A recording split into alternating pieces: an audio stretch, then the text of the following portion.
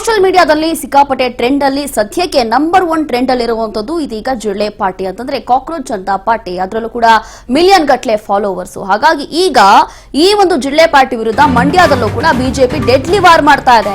ಪೊರ್ಕೆ ಮೆಟ್ಟಿನಿಂದ ಚಚ್ಚಿ ಜಿರಳೆ ಸಾಯಿಸಿದ್ದಾರೆ ಬಿಜೆಪಿ ಕಾರ್ಯಕರ್ತರು. ಮಂಡ್ಯದ ಜಿಲ್ಲಾ ಬಿಜೆಪಿ ಕಚೇರಿಯಲ್ಲಿ ಹೈಡ್ರಾಮಾ ಪ್ರತಿಭಟನೆ ನಡೆದಿದೆ. ಕಾಕ್ರೋಚ್ ಜನತಾ ಪಾರ್ಟಿ ಫೇಕ್ ಆಂದೋಲನ ಘೋಷಣೆ ಮಾಡಿದ್ದಾರೆ. ಇಲ್ಲಿ ಯಾವುದೋ ದೇಶದಲ್ಲಿ ಕೂತು ನುಸುಳುಕೋರರು ಸೃಷ್ಟಿಸುವಂತಹ ಜಿರಳೆ ಪಾರ್ಟಿ ಅಂತ ಹೇಳಿ ಆಕ್ರೋಶ ವ್ಯಕ್ತ ಆಗ್ತಾ ಇದೆ. ಸಿಜೆಪಿ ಆಂದೋಲನದ ಹಿಂದೆ ವಿದೇಶಿ ಕೈವಾಡದ ಗಂಭೀರ ಆರೋಪ ಮಾಡಲಾಗ್ತಾ ಇದೆ. ಕಾಕ್ರೋಚ್ ಎಂಬ ಕೆಟ್ಟ ಜೀವಿ ದೇಶದಿಂದಲೇ ನಿರ್ಮೂಲನೆ ಮಾಡ್ತೀವಿ. ಸೋಷಿಯಲ್ ಮೀಡಿಯಾ ಟ್ರೆಂಡ್ಗೆ ಮಂಡ್ಯದಲ್ಲಿ ಬಿದ್ದಿರುವಂತಹ ಬಿಗ್ ಬ್ರೇಕ್ ಇದು.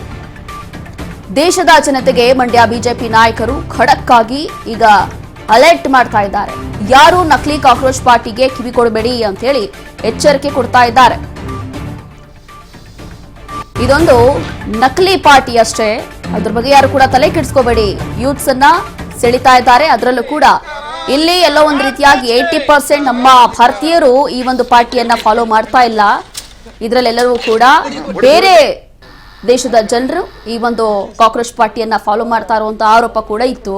ಹಾಗಾಗಿ ಈಗ ಈ ರೀತಿಯಾಗಿ ನೋಡಿ ಬಾಟ್ಲಲ್ಲಿ ಜಿರಳೆಗಳನ್ನ ಹಾಕಿ ಚಪ್ಪಲಿ ಪೊರಕೆ ಎಲ್ಲವೂ ತಗೊಂಡು ಅದನ್ನ ಜಜ್ಜಿ ಸಾಯಿಸ್ತಾ ಇದ್ದಾರೆ ಜಿರಳೆಗಳಿಗೆ.